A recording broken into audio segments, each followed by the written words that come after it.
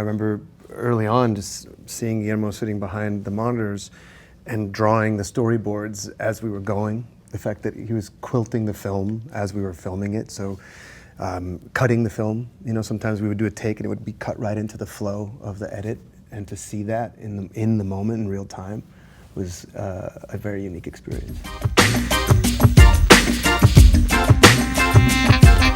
If you guys were a mad scientist, if you were in your own lab, what would you create? Oh my Lord, understanding. I sound like a calendar wisdom, but That's a good one. A time machine. yeah. Oh, I'll buy one. I want one. I would create a little pill, and you take it, and it gives you 12 hours of sleep every night. It's called Xanax. And RFK is going to ban it. They've already made that. Oh. They've already made that, but It make a better would be, one. But it's it a would better be, one. it would be a better one. Yeah. I would make my dog over and over so she could always just be there. Stuff. Oh, I'd create a completely new approach to interviewing. Hit me. What would you do? Let's try it right now. No, I'll create that later. Okay. What surprised everybody most about the making of this movie? And everything that was new for me was to be open to listening, you know?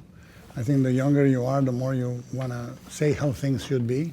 And the older you get, you go, maybe this is great to try, you know? So every one of them was very beautiful and new for me.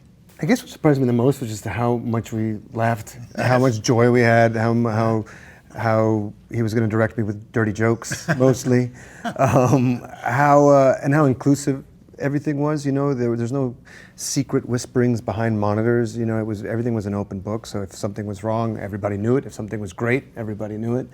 You know, I remember early on just seeing Guillermo sitting behind the monitors and drawing the storyboards as we were going. The fact that he was quilting the film as we were filming it, so cutting the film. You know, sometimes we would do a take and it would be cut right into the flow of the edit, and to see that in the moment in real time was a very unique experience. I wasn't surprised, but I was really moved the first time I drove to the studio, and the horizon, the ship was in the parking lot.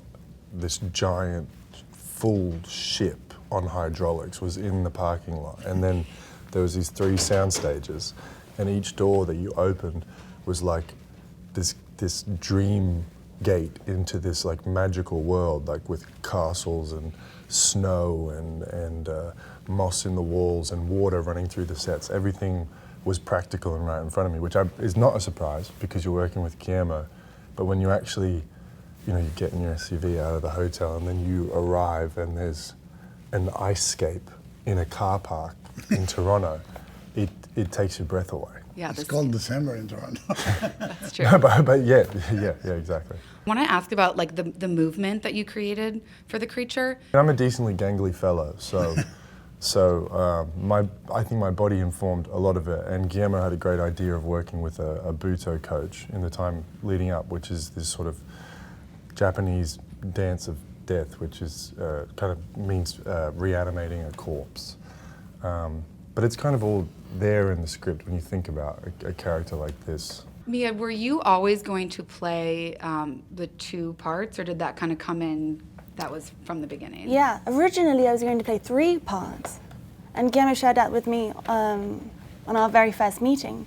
But ultimately he had to, the film was just getting too long and he had to cut her out of it. But I'll never forget it. You know, I remember sitting there with Guillermo and him sharing the script with me and being so blown away by the fact that I was sitting there with Guillermo reading his script, and then he revealed that he wanted me to play these 2 roles, and I was just very, you know, flattered and honored and very excited to be a part of it. Does anyone get squeamish? Does working behind the scenes take away that element because you see kind of how the sausage is being made, or do you still have those moments? I like blood. Yeah, well, Yeah, very much. Those were some of the most fun times where I couldn't believe where he's like, more blood! And people would run up with buckets of blood and just douse it. And then you would grab blood and just throw it. There's pools of it everywhere. Because every time you see a Frankenstein creation scene, the creature is just made. You never see, you never see the quilting and what's left behind. If you're quilting 55 bodies. There are parts he's not using that need to be strewn around.